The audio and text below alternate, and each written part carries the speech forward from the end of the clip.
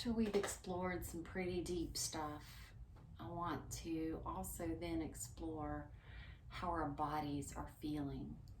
So emotions, again, our limbic system does not recognize necessarily the difference between emotional pain and pleasure or physical pain and pleasure. And so it can manifest itself in our bodies, such as heartache, as I've talked about before, can actually literally feel like the heart aching.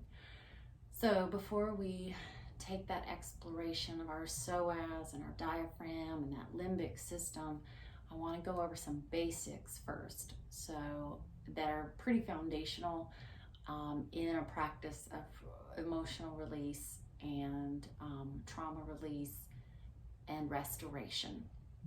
So again, we want to get rooted. You'll hear me say rooted or grounded often, because when we are grounded and rooted, we are more able to navigate tough things and hard things. And so because we have a firm foundation and we can feel stable and safe and secure. And so we want to always make sure that our bodies feel that way when we're in our practice. So as you can see, I'm on it's a pillow of some sort. This one is actually filled with beans. And so the other thing is having either blocks or blankets or rolled up mats can be useful. Pillows that we can use in order to stabilize joints and get into positions that might otherwise be uncomfortable, that we're expanding and growing into, but our bodies aren't used to quite yet. And so we want to support it and make it feel safe and grounded. And so what's really foundational for all that grounding work is truly our breath. Our breath carries with it life and death. So whatever we breathe in, we're either breathing in life or we're breathing in death. Or we can breathe out life or breathe out death. And we will have different connotations to that as we move through our practice, and I'll speak to that as we're doing it. For the most part today, we want to be breathing in life and breathing out the toxic feelings and the toxic thoughts. And so each breath we want to nourish and rejuvenate and restore and just find that rooting. So we're going to talk about different ways of doing that through just breath alone. So when we're breathing, typically we tend to shallow breathe, and our bodies, especially when we're stressed, that psoas is right here, connected here, and comes up through those hips and connect into our diaphragm, through our diaphragm, and connect into our spine about the mid-back. So mid-back pain and lower back pain. Mid-back pain is typically where that psoas connection is. And then we can experience low back pain because as it's pulling in, it's also compressing. And as we are scared or uncomfortable, we tend to compress and curl up to protect this midsection, right? Our vulnerable section. And so we will be working through that through breath. And remember that the diaphragm is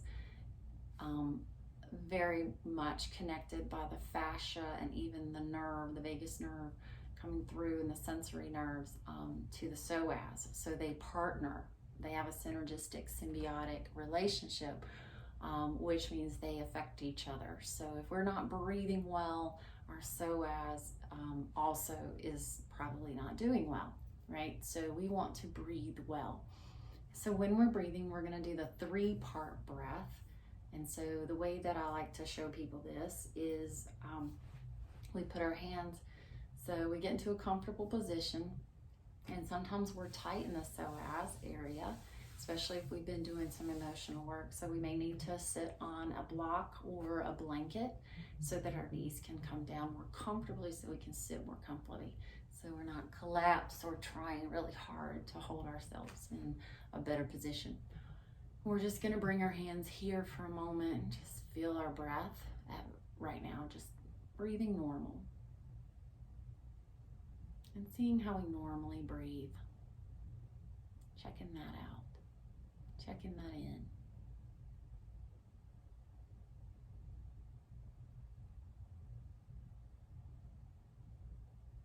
And maybe you heard me mention that we shallow breathe, and you might be breathing a little deeper, but let's see how we can change this now. So we're gonna bring our shoulders back and down, away from our ears. That indicates to our body that we are engaging the parasympathetic nervous system, okay? And we're relaxing our knees and stuff, and just taking a composed, okay, not collapsing, but we're not stiff either. And then we're gonna bring our hands to our bellies, right around our belly buttons. I kind of sometimes even do a heart around my belly button. Let's love our bellies. A lot of times we give our bellies a hard time, but we're gonna love it today. We're gonna breathe into it, okay? So as we breathe, we're gonna breathe into our bellies and feel that air come all the way down and expand that belly. So we're not looking for six packs, we're actually looking for, I call baby bellies, okay? Or if you've ever watched a dog as they're sleeping, big belly they get. And we're just gonna breathe in and breathe out for a few.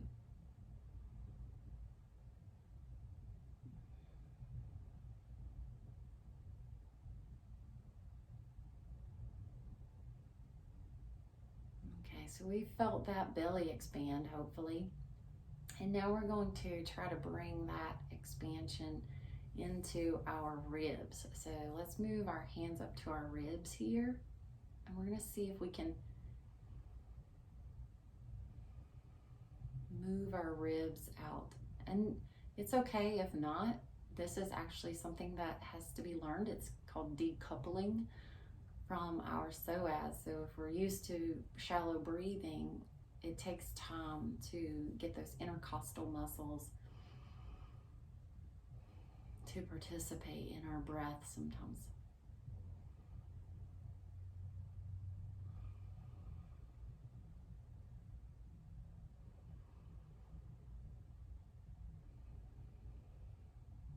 And now we're gonna move our hands, one to the chest and one to the throat, because actually the vagus nerve innervates all these organs of the heart and then the voice box even. And so still breathing into our bellies and our ribs and our chest. And so we should really, that's the 3-part breath. It's going into our bellies, into our chest, and then we're filling that back of our throat as it fills with air. And then as we exhale, we're feeling it release from our throat, our chest, all the way down to our bellies, and kind of just slightly contracting that abdomen to get that last bit exhaled from that toxic carbon dioxide and any thoughts or feelings that we need to release as we move through our practice today, okay? And so that's our 3-part breath. And it's pretty grounding, it's pretty easy, but then there's another breath work that when we get into hard, difficult things, it could be emotions, it could be our movements, that are uncomfortable, not painful, but uncomfortable, maybe new to us, that we need to explore. We want to have a grounding breath that helps us move into that and through it instead of avoiding it or fighting it, okay? Or flighting. So fighting or flighting. So I want to come to this practice where we're not competitive and we're fighting and forcing into a move or a hold or a pose, but one that we are moving through, okay? And yet we're not avoiding it either, where we're just going to skip it and stuff. And there will be times that we maybe adjust and use a different move in order to kind of work the same things, but not do it in a particular way. So we'll talk about that too. But if we feel like we can do it and we are honoring our body still and we just need to feel it and move through it, then we want to use this. It's called the Uyaji breath, and I call it the rooting breath or the grounding breath. And it's that more guttural and we tend to breathe in less and breathe out longer. Okay, so that helps us to kind of ground, root in, settle into a pose. So, and what that looks like is I like to picture that we have gills right here, okay? And we're trying to breathe through that, okay, through our gills. And so it might sound a little constricted, but we're kind of breathing in just like that, and then breathing out the same way with that.